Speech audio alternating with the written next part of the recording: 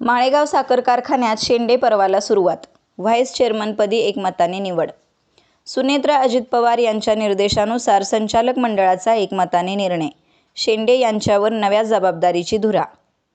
माळेगाव सहकारी साखर कारखाना लिमिटेड माळेगावच्या व्हाईस चेअरमनपदी नितीन वामनराव शेंडे यांची एकमताने निवड करण्यात आली.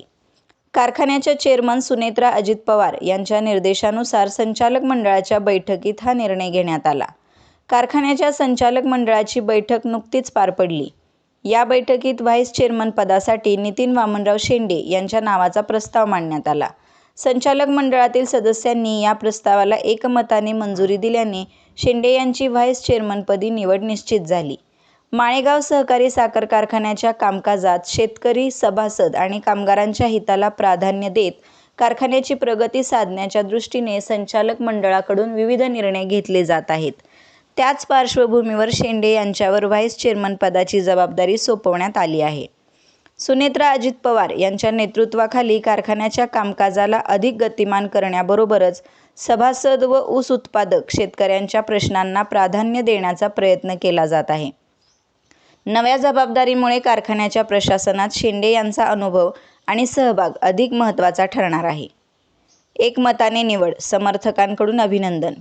व्हाईस चेअरमन पदासाठी नितीन शेंडे यांची निवड झाल्यानंतर संचालक मंडळातील सदस्य, कारखान्याचे अधिकारी, कर्मचारी तसेच समर्थकांनी त्यांचे अभिनंदन केले. कारखान्याच्या आगामी वाटचालीत शेंडे यांच्या नेतृत्वाचा सकारात्मक उपयोग होईल असा विश्वास यावेळी व्यक्त करण्यात आला. इथं बाकीचे सुद्धा इच्छुक आहेत, त्यांना सांगू इच्छितो की एकंदरीत वहिनी साहेबांनी ही निवड करत असताना एक वयाचं ज्येष्ठत्व आणि कामकाजाचं ज्येष्ठत्व बघून त्यांना संधी दिलेली. येणाऱ्या काळामध्ये पुढील 3 वर्षामध्ये इथं बसलेल्या युवकांना देखील राष्ट्रवादी काँग्रेस पक्षाच्या माध्यमातून, दादांच्या माध्यमातून संधी मिळेल. शेंडे साहेब, आपण फार नशीब होणार, कारण गेल्या 60, 65, 70 वर्षाच्या या माळेगाव कारखान्याच्या इतिहासामध्ये आपला एक इतिहास असायचा की भाऊ चिकाटीने कारखाना चालवायचे, 4 पैसे शिलकीत ठेवायचे, किंमत चढ उतार निधीमध्ये तानाजी काकाने भाऊ पैसे ठेवायचे आणि ते पैसे तसेच ठेवल्यानंतर विरोधकांची सत्ता आल्यानंतर विरोधक कुठले जर नाही वाटायचे म्हणण्यापेक्षा कुठले तर कारखान्याचं एक्सपान्शन, मॉडर्नायझेशन वेगवेगळे प्लॅन करायचे.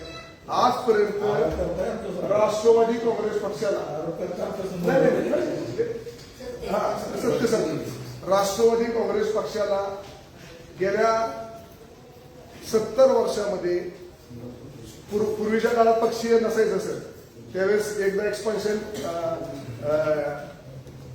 धवाल पाटलांच्या माध्यमातून 1,000चं आपण 2,000-2,500 केलं, नंतर अण्णांनी ते 4-4.5 केले, नंतर 5 केले, नंतर 7.5 केले. आपल्याला तो योग कधी आला नव्हता आणि सातत्याने विरोधक आपल्याला राष्ट्रवादी काँग्रेस पक्षाला तुम्ही कधी वीज उभी केली नाही असं म्हणून भाषणामध्ये आणि त्यांच्या सार्वजनिक सभामध्ये आपल्याला हिनवत असायचे बाबी.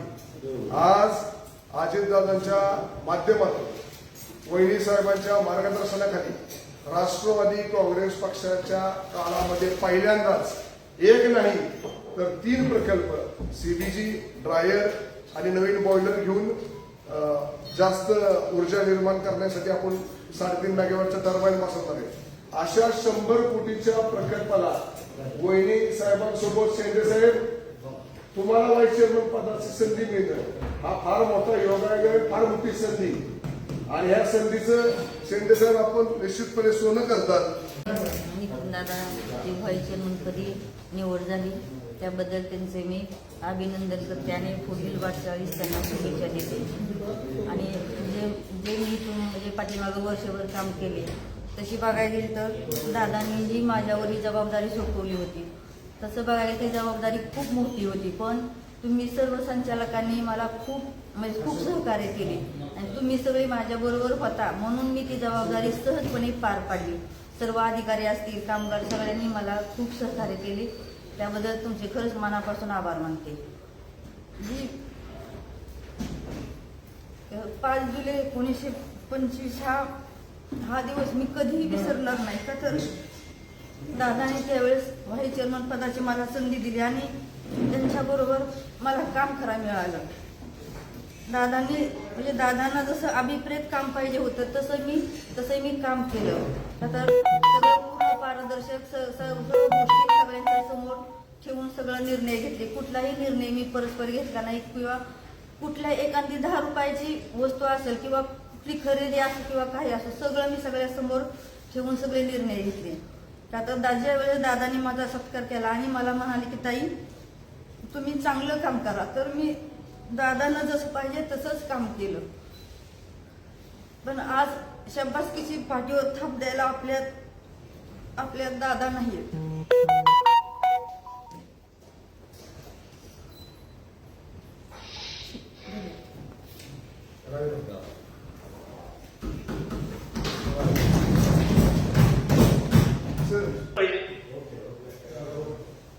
वहिनींनी ठेवलेला विश्वास आणि अजून एक बाई यांनी सांगितलं त्यात थोडीशी दुरुस्ती करतो की दादा तुम्ही सारखं सतत म्हणायचं की आमचं इकडं पण ऐकत नाही, पण निश्चित तुम्ही तिकडे बसल्यानंतर तुमचं पण ऐकणार नाही, तुम्हाला आमच्या सर्वांचं मत ऐकूनच काम करावं लागतं. नेहमी तुम्ही चांगल्या मताचा आदर कराल, चांगल्या कामाचा आदर कराल. जे कामं हे सर्वांमध्ये गोष्टी ठरतात त्या गोष्टींची अंमलबजावणी कराल. सभासदांचं हित जे दादांनी स्वप्न पाहिलेलं आहे की या 5 वर्षामध्ये माळेगाव कारखाना हा देशातील नंबर 1चा सहकारी साखर कारखाना बनवायचा आहे, त्या कामाला आपला नक्कीच हातभार लागेल. वहिनींच्या मार्गदर्शनाखाली दादांच्या आशीर्वादाने आमचे सर्वांची तुम्हाला सर्वतोपरी साथ ही राहणार आहे. हे होत असताना मला एवढंच सांगायचंय की संघटनेत काम करत असताना दादांनी नेहमी संघटनेत काम करणाऱ्या कार्यकर्त्यांवरती लक्ष ठेवलं. म्हणून 1998 पासून आज 2026 पर्यंत मी कायम दादांनी मला कुठल्या ना कुठल्या पदाची जबाबदारी ठेवून जवळ ठेवलं होतं. आणि हे होत असताना दादा आता कालच्या निवडणुकीला सुद्धा अनेक जण म्हणत होते की या ठिकाणी दादांनी पॅनल करत असताना की चांगल्या चांगल्या कार्यकर्त्यांना घेतलेलं आहे. हे होत असताना माझ्यासारख्या कार्यकर्त्याला सुद्धा दादांनी पॅनलमध्ये घेतलं, चांगल्या मताने विचार केलं. दादांची सर्व येणार नाही म्हणून आपल्याला मान्य, परंतु दादांच्या पावलावर पाऊल टाकून आदरणीय वहिनी साहेब या ठिकाणी कार्यरत आहेत. आजचं काम उद्या होईल, पण ते झाल्याशिवाय राहणार नाही, हातात दिलेला कागद वाया जाणार नाही. ही वहिनी साहेबांची कामाची पद्धत आहे. आणि म्हणूनच आता सुद्धा भैया बरेच जणांना विशेष वाटत होतं, गणपतभाऊ खराटे असतील, रतन पवार मला सारखे विचारायचे, नितीन दादा तुम्ही शिष्टमंडळ नेलं का, वहिनींना भेटला का, परंतु वहिनी साहेबांनी फक्त एक पत्र दिलं आणि नमस्कार केला, वहिनी साहेब मी या ठिकाणी काम करू इच्छितोय, मला संधी द्या. म्हणजे कुठल्याही पद्धतीचं शिष्टमंडळ नाही, कुठलीही लॉबिंग नाही किंवा कुठलाही न करता मी गणपतराव खराटे मला म्हणल्यावर दादा असं कुठं पद मिळत असतं का, एका पत्रावर कुठं पद म्हणलं. मला त्यांचा माझा इतिहास भूगोल वहिनी साहेबांना माहिती आहे. मी आजपर्यंत केलेलं काम पाहते. लोकसभेचं त्या केलेलं प्रचाराचं काम असेल वहिनी साहेबांच्या, किंवा विधानसभेचं काम असेल, किंवा इतर कुठल्याही जिल्हा परिषद पंचायतीचं काम असेल, बाईने सांगितलं की जीव झोपून काम करणं आपल्यावर जबाबदारी दिली की हेच माझा या ठिकाणी पिंड असल्यामुळं. आणि मी आज सुद्धा ठरलं होतं, आम्ही आमच्या सहकार्याने सांगितलं होतं, कुणी सुद्धा व्हाईस चेअरमन जरी दुसरा झाला तर पहिलं अभिनंदनच असेल, हा नितीन शेंडे तिथं खाणार आहे, ही मी सुद्धा सकाळी सांगितलं होतं. परंतु आज दादांनी खरोखरच आज दादांनी माझ्यावरती आज दादा पाहिजे होते की खऱ्या अर्थाने दादांच्या बरोबर काम करण्याची जी ऊर्जा होती ती आपण गमावून बसतोय. पण तो काय हरकत आहे, दादा स्वर्गातून पाहतायत, माझा विश्वास आहे दादा स्वर्गातून पाहतायत माळेगाव कारखान्याचं कामकाज कसं चाललंय. या ठिकाणी वहिनी साहेब सुद्धा आता बारकाईने सगळा पाहणी करतात, कुठला सदस्य काय सांगतोय, कुठला संचालक काय माहिती देतोय, कशा पद्धतीने माळेगाव कारखान्याला पुढे न्यायचं वहिनी साहेबांचं सुद्धा मानस आहे. आणि म्हणून योगेश भाई असतील, अव्यांना असतील, ज्यांनी आता भाषणामध्ये व्यक्त केल्या त्या आशा आकांक्षाला मी कुठेही तडा जाऊ देणार नाही.